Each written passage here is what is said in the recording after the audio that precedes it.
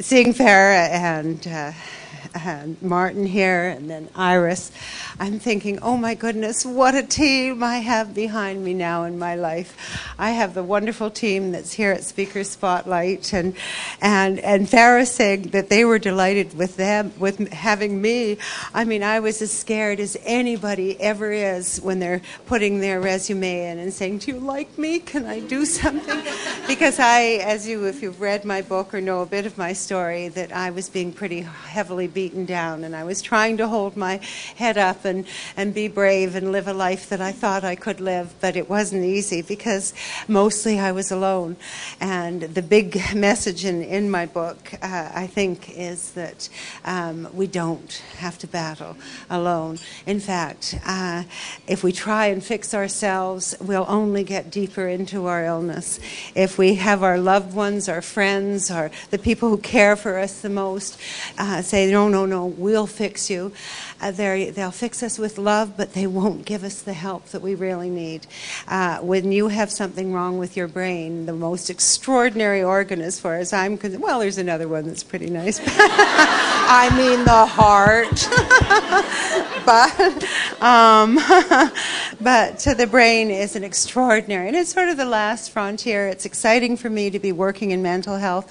I've been doing it now for the last, I've been the champion for the Royal Ottawa for the last 4 years, and it's worked wonderfully with speakers because they've enabled me to get across the country to small towns, to big towns, and to talk about what my book is telling the stories that talk about is my journey with debilitating mental illness and how I recovered, and I had no hope left in me.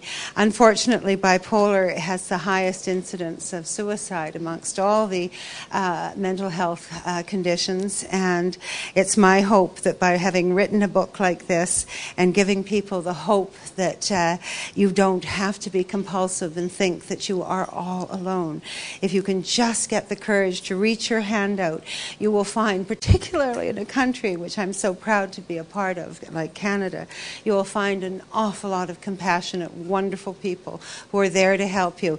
And then your life changes. It's just like when you start being a volunteer, then your life changes because you've reached out and you've become part of society. And I found in my life, my mental illness really, really isolated me. It kept me deep inside my cave, alone and bitter and angry and unfulfilled. And by coming out into the light and saying, okay, I get it, I get it. How can I live with this? How can I be the person that I want to be? How can I be the best that I can be? Give me the tools. And I got the tools. And it's not an easy thing. It's not just getting pharmaceuticals. I talk a lot about that in my book, about the process of changing your mind, of becoming a new person, of thinking in a whole new way, because the way you were thinking before just wasn't working, So I think that this book is a book about stories, and it was easy for me to do because that's what I've been doing with Speaker Spotlight for a few years now, is telling my story. And I found that the audiences really appreciate hearing people's well-honed stories and their jokes and their humor, rather than listening to a clinician or someone who is very, very smart and knows all the answers. Somehow we don't take in as easily the information from someone who's trying to teach us. We take in information by learning how others have met the challenges that we too are going to have faced or going to face, or someone in our family is. So it was a delight for me really to have the two writers that I had who were able to craft the book into the fine book that it is. They took all my stories, they bled them out of me at times. But no, part of my therapy, of course, was to put the past behind you, Margaret. You don't need to dwell on it anymore. Oh, yeah, you're not me. It was looking at my life from my perspective now at my age, at 60, postmenopausal, yay, the hormones have calmed down. I asked Dr. Misri, who is her true name. I asked her at a conference we were both speaking at, and she's one of the world's authorities on prenatal and postnatal depression and psychosis.